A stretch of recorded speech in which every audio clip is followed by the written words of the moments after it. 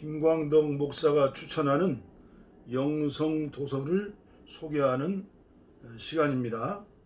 오늘은 6번째 책이 되겠습니다. 부흥과 개혁사에서 좋은 책이 많이 나오죠. 체험과 부흥의 신학자 조나단 에드워드에 대한 책들이 여러 권 있지만 제가 본 책 중에서 제일 사세하고도 또 재미있게 그리고 많은 그 내용 중에도 기독교 2000년 역사상 최고로 예수님을 잘 믿었다고 하는 그 청교도들에 대해서 그 뿌리에 대해서도 그렇고 너무 자세하게 우리에게 알려주는 좋은 책입니다. 그 중에서 조나단 에드워드의 생애와 사상, 저는 개인적으로 감리교회와 성결교회 등 장로교회 말고 이런 종파에 속한 교역자들이나 성도들은 장로 계통, 칼빈 계통의 책들을 많이 읽었으면 좋겠습니다. 그리고 한국교회 주류가 장로교회 그 신학 아닙니까? 장로교회 목사님들 또 지도자들이 요한 웨슬레의 감리교회 책들을 좀 많이 읽으셨으면 한국교회가 하나 될 수도 있고 더 영적으로 건강하게 치우치지 않고 새롭게 도약할 수 있는 그런 은혜를 주실 거라고 믿으면서 조금은 안타까운 마음으로 여러분들에게 서론으로 말씀을 드립니다. 조나단 에드워드의 생애와 사상. 특별히 감사한 것은 외국인이 지은 책이 아니고 양낙콩 목사님이 저술하신 책이기 때문에 우리 마음에도 닿습니다. 양낙콩 목사는 서울대 영문과를 졸업하고 해군사관학교 교수부 영어과 교관으로 복무한 후 고신대 신대원 또 예일대학 풀러신학대학원에서 공부하고 1993년부터 고신대 신대원 교수로 봉사하고 있다. 그래서 저서도 많고 지금까지 조나단 에드워드의 놀라운 또 회심 이야기 등 다수가 있으며 한국 사회와 문화의 기독교적 변혁, 한국교회의 갱신과 부흥 및 개혁에 관심을 가지고 계속 글을 써왔고 서울 영동교회 협동목사로 섬기고 있다고 합니다. 이 본서는 상당 부분 프린스턴 신학대학원에서 객원학자로 연구년을 보낼 때 집필한 것이라고 합니다. 먼저 조나단 에드워드의 연보에 대해서 잠깐 소개하는 게 좋겠죠.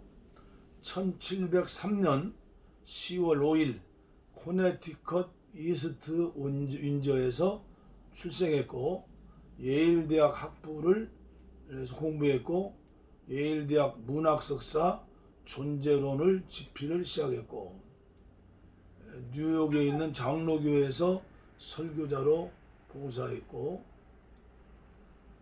예일대학 강사 일을 1723년 10월에 했으니까 20살에 예일대학 교수로 2년간 봉직했네요. 그리고 20살에 코네티컷 볼컨의 목사 청빙 수락을 받았습니다.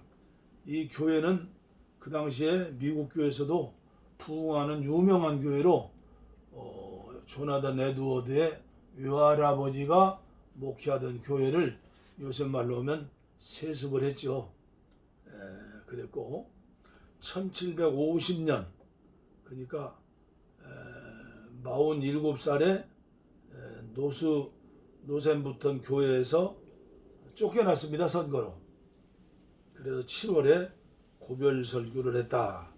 1758년 55살에 원죄론 출판, 1월에 뉴저지 대학 학장으로 취임, 3월 20일 안타깝게 천연두 예방접종으로 사망했습니다.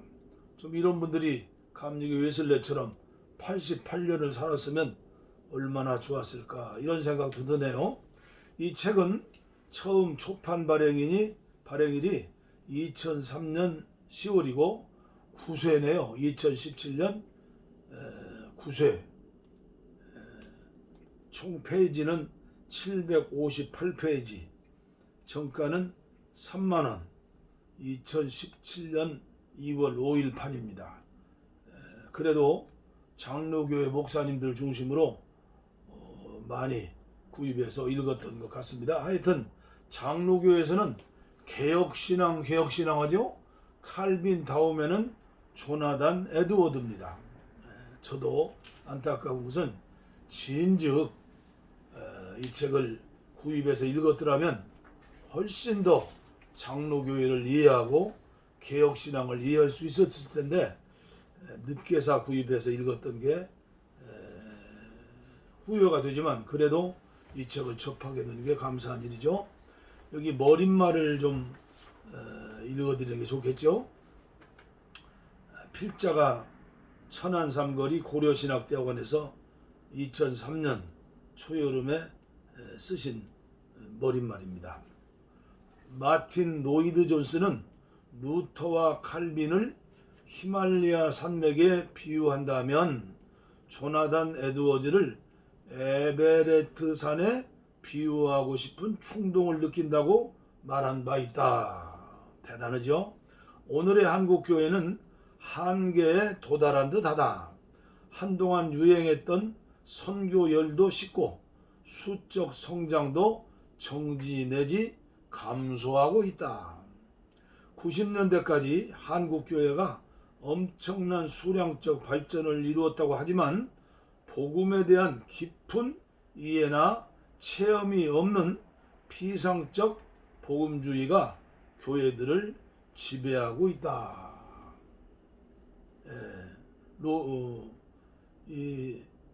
조나단 에드워드는 철저하게 체험주의적인 신앙과 학문적인 신앙이 겸비했습니다. 그래서 미국의 그 유명한 대각성운동, 처음 1차, 2차, 3차 중 처음 각성운동을 주도한 분이기도 하죠.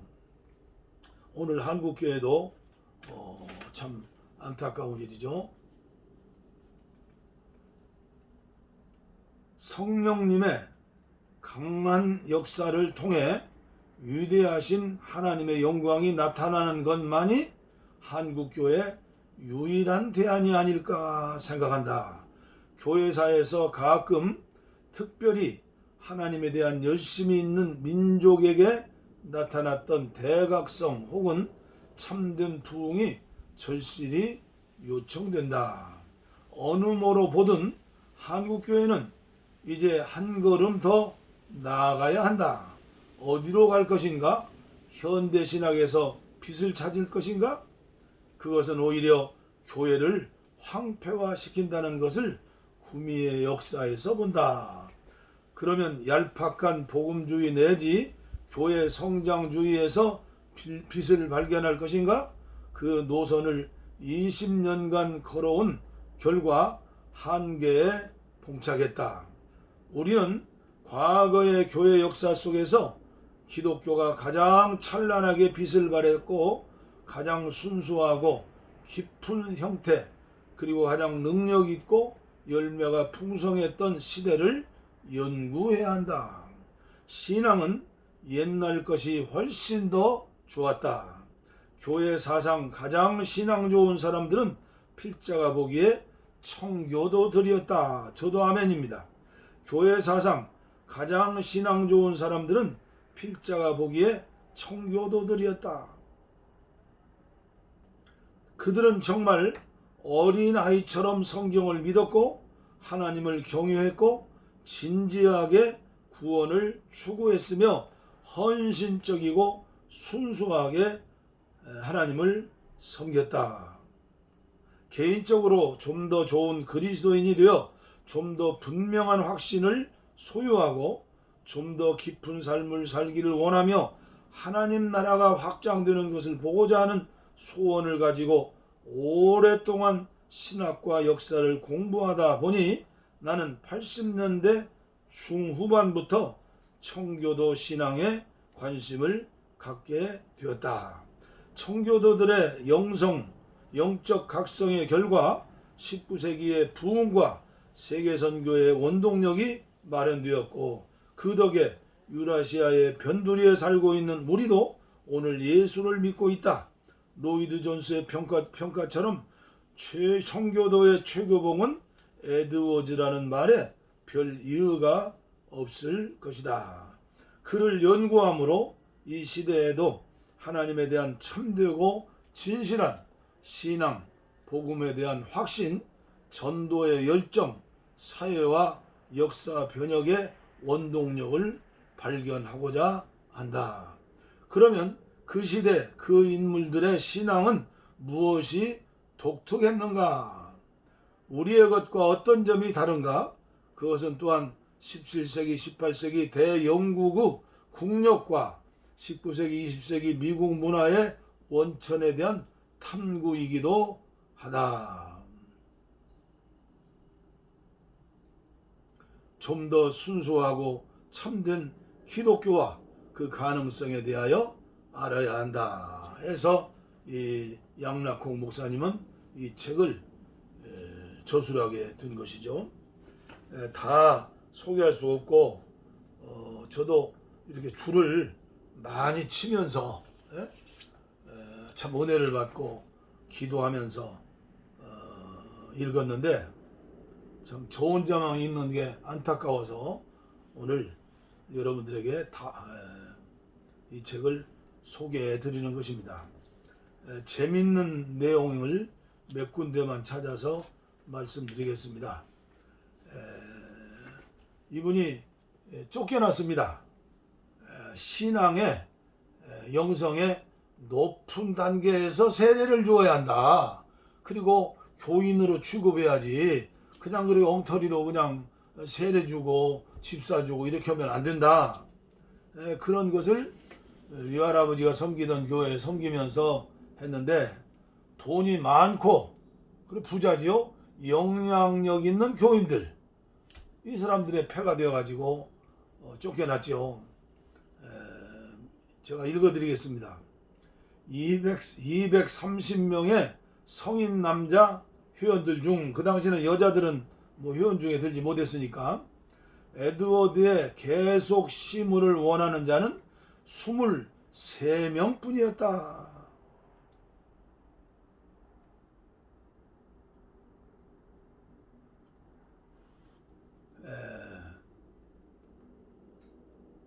그는 1735년 노샘프턴 교회의 부흥 중 자기 구원 문제로 고민하다가 자살한 에드워즈의 이모부의 아들이었다. 그러니까 이 이모부의 아들이 왜 자기 아버지가 죽었느냐? 에드워드 목사가 설교를 잘못해서 그 설교 때문에 우리 아버지가 죽었다 해서 가슴에 혐오를 품고서 오랜 세월 복수할 날을 기다리고 있던 그는 드디어 결정적인 기회를 이용해서 뜻을 이루었다. 물론 그는 솔로몬 스타다드 목사의 손자이기도 하다. 참으로 안타까운 일이죠. 훗날 에드워즈의 수제자 세무엘 홉킨스가 남긴 기록에 의하면 공의회에 참석한 회원들 중 에드워즈를 반대하는 쪽에 투표한 사람들조차도 목사 해임 쪽에 투표하는 교인들에게서 드러난 유별난 열심에 놀라움을 표시했다.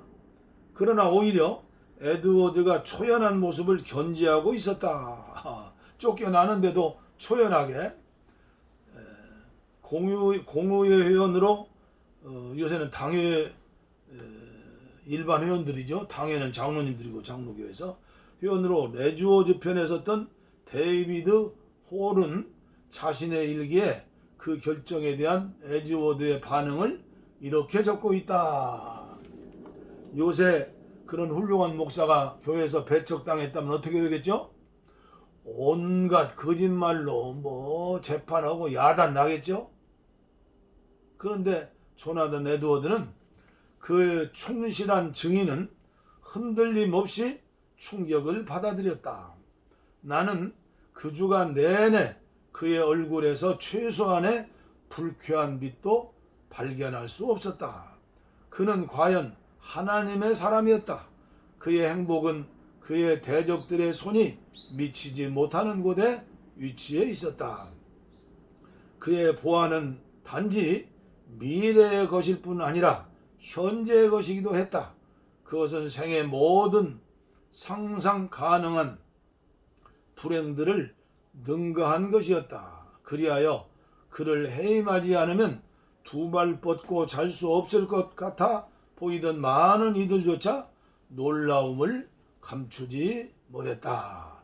에드워드를 특별히 괴롭게 했던 것은 한때 그런 목사를 모시는 것을 자신들의 가장 큰 특권들 중 하나라고 생각하고 그에 대한 커다란 사랑과 존경을 나타내었던 교인들이 그를 반대했다는 사실이었다. 그렇죠. 예수님도 가장 가까이 있는 가룟 유다가 팔아먹었죠. 물론 외부의 영향력도 있었다. 나를 반대하는 사람들은 타지방의 어떤 유력한 사람들의 도움을 받았다고 에드워드는 수레한다. 이웃 마을의 목사들과 관원들 중 노샘프턴 교인들의 결정을 지지하는 많은 이들의 영향이 없었다면 자기 교인들이 결코 그처럼 거칠게 그를 반대하지는 않았을 것이라는 말이었다. 그들은 너무나 미혹되어 그를 반대하는 열심이 일종의 미덕인 것으로 생각했다. 그 지역에 있는 함께 밥 먹고 친구하던 동역자들이 교인들을 들쑤셔가지고 오늘은 그런 일이 없습니까? 참 안타까운 일이죠. 이게 오늘날 한국교회에서도 많이 있는 일이라고 생각합니다. 마지막으로 한 가지 제목은 균열의 조짐들, 살해 문제, 돈 문제네요. 에드워드처럼 훌륭한 목사에게 그러한 일이 있었다기가 믿기가 어렵지만 에드워드가 살해 문제로 교인들과 갈등을 빚었다는 것은 사실이다. 18세기 목사들의 살해 지급 관례는 현대 관점에서 볼 때는 이해하기 어려운 점이 많다. 당시는 현금이 귀한 시절이어서 목사의 살해는 현금이 아니라 최소한 부분적인 현물, 그러니까 뗄나무, 농장 생산물, 양복, 대장간의 생산물 등으로 지급되었다. 돈이 귀한 시절이죠. 그나마 교회가 그것을 직접 수거해서 한꺼번에 목사에게 지급하는 것이 아니라 개개의 교인이 자기가 할당받은 부분을 목사에게 직접 제공하거나 아니면 목사가 직접 그것을 두고 협상을 해야 했었다. 심지어 그것을 징수하는 일도 목사가 해야 했다. 책임감과 신실성이 부족한 교인들은 자기에게 할당된 부분을 제때 내지 않고 시간을 질질 끌었다. 에드워드도 그러한 면에서 고생을 많이 했던 것 같다. 죄송합니다. 에드워드의 부인인 사라 에드워드가 한 교인에게 보냈던 편지의 초본이 에드워드의 설교 원고 뒷면에 기록되어 있다. 그 내용은 굴욕적인 느낌마저 준다. 그 편지의 수신인은 아마도 마을의 마국간 주인이었던 듯하다. 그 속에 이런 말이 나온다. 당신이 힘 닿는 데까지 다만 일부라도 보내주십시오 라고 이 편지를 씁니다. 남편은 그처럼 중한 책임을 지고 있는데 그것이 없이는 그 일을 감당할 수 없습니다 라고 편지했다는 거죠. 1726년 에드워드가 처음 노샘프턴 교회에 부임했을 때 그의 연봉은 100판되었다. 대부분의 그의 동료 목사들이 받았던 금액처럼 그것은 그리 많은 편은 아니었지만 그래도 적절한 정도였다. 1739년과 1742년 교회는 두 번 그의 사례를 인상해 주었다. 매년 인상하는 게 아니네요. 영적으로 에드워드의 전성기였던 1742년의 사례 인상은 마을에 커다란 무리를 일으켰다. 교인들이 막 부흥하고 헌금이 좀 많이 나온 말이죠. 그때 부흥의 역사가 일어났으니까요. 목사의 소비 성향에 대해 교인들의 관심이 현저히 증가되었다. 아내인 사라 에드워드가 보스턴에서 구입한 11파운드 상당의 의상과 보석의 영수증이 지금도 남아있는데 교인들은 그것을 근거로 목사 가정이 돈을 낭비한다고 불평했다. 목사가 보스턴에서 맞춘 옷을 입고 딸들을 큰 도시에 유학 보내고 많은 종들을 거느린다는 등의 비난을 완화시키려고 에드워즈는 1743년에 자신의 가계부를 공개했다. 그러나 반응은 신통치 않았다. 비평가들은 자기 목사 가족 숫자라면 사례를 절반만 받아도 얼마든지 살아갈 수 있다고 주장했다. 1744년에 에드워드는 자기의 사례의 일부를 이루는 상품들의 값이 변동한다는 이유로 사례를 고정시켜 달라고 요청했다. 그 요구는 거절당했지만 그는 4년 연속 그 요청을 올렸다. 1747년에 드디어 그것이 수락되었을 때는 생필품 목록 가로치고 밀가루, 옥수수, 쇠고기, 돼지 도고기 등이 적혀 있었다. 물가가 오르면 사례도 올랐다. 그러나 내리면 사례도 줄었다.